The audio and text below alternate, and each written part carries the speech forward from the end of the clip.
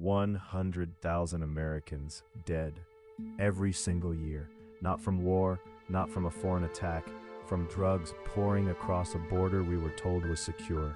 This is America First Daily, and today we are going to do something the mainstream media refuses to do. We are going to show you the actual numbers, name the actual people responsible, and explain step by step how the most powerful country on earth ended up surrendering its border to the most violent criminal organizations in the Western Hemisphere. Let's start with what Customs and Border Protection actually recorded. In fiscal year 2023, agents logged 2.47 million border encounters. That's the highest single-year total in recorded American history. But here's the number that does not make the front page. Another estimated 600,000 so-called gotaways, people who crossed illegally and evaded capture entirely. Nobody knows who they are, nobody knows where they went, and the Centers for Disease Control confirmed that in 2023, fentanyl, a drug almost exclusively smuggled through the southern border, killed over 74,000 Americans. That's more than the entire Vietnam War in 1 year. So how did we get here? To understand the crisis, you have to understand the policy decisions that created it. On January 20th, 2021, his first day in office, President Biden signed a series of executive orders that fundamentally dismantled America's border architecture. He halted construction on the border wall. He ended the Remain in Mexico policy, which had required asylum seekers to wait south of the border while their cases were processed.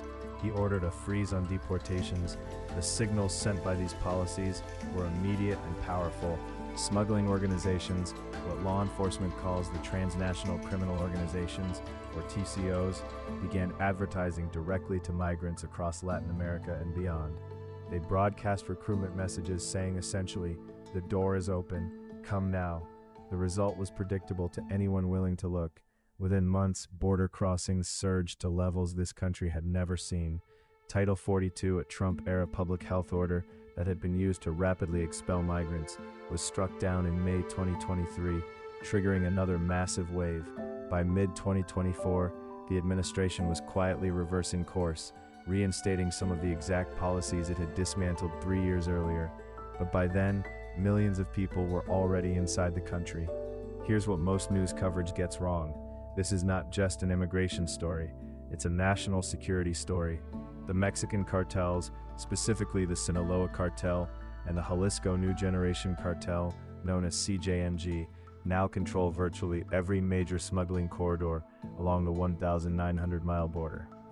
The Drug Enforcement Administration estimates these two organizations together generate between $30 and $50 billion per year in revenue.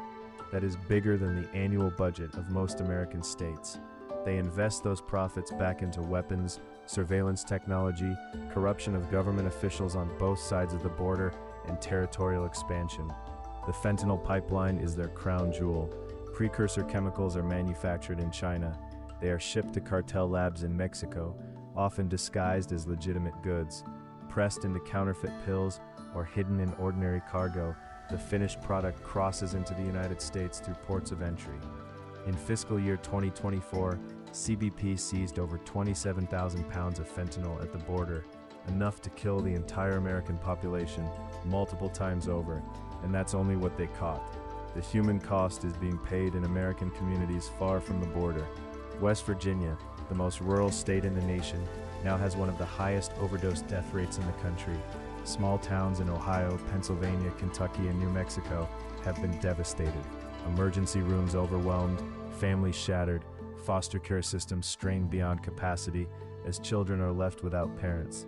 In cities like Eagle Pass, Texas, Mayor Rolando Salinas has repeatedly called the situation a humanitarian crisis, not just for migrants, but for his own residents, who have watched their community infrastructure buckle under the strain of thousands of arrivals per week. The National Guard has been deployed, schools and hospitals pressed into service as makeshift shelters, and yet the federal government called the border secure.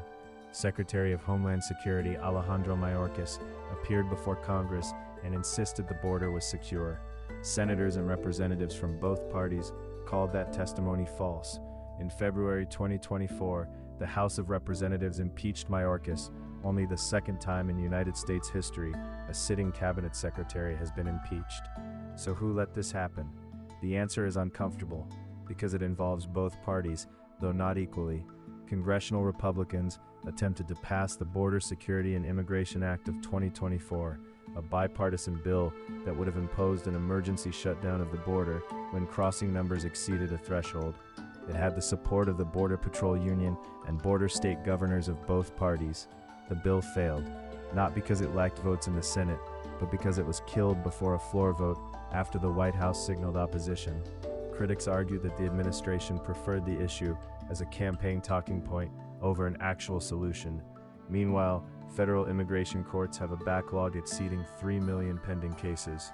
Some asylum applicants filed paperwork in 2019 and still have not had their day in court. The system is not broken. It was broken deliberately through neglect, misallocation, and policy choices that prioritized anything but the security of American communities. Tom Homan, who served as acting ICE director under President Trump and was appointed border czar in the second Trump administration, put it plainly: you cannot have open borders and a welfare state at the same time. You have to choose. The border crisis is not a partisan talking point. It is a documented, measurable catastrophe with real victims, the families of the 100,000 Americans dying from overdoses every year, the communities collapsing under strain, the border agents being ordered to stand down. The truth is available to anyone willing to look, and that's exactly what we do here at America First Daily. We look. If this breakdown gave you something the mainstream media did not, hit subscribe, share this video with someone who needs to hear it, and come back tomorrow because we have more coming. The border story is far from over.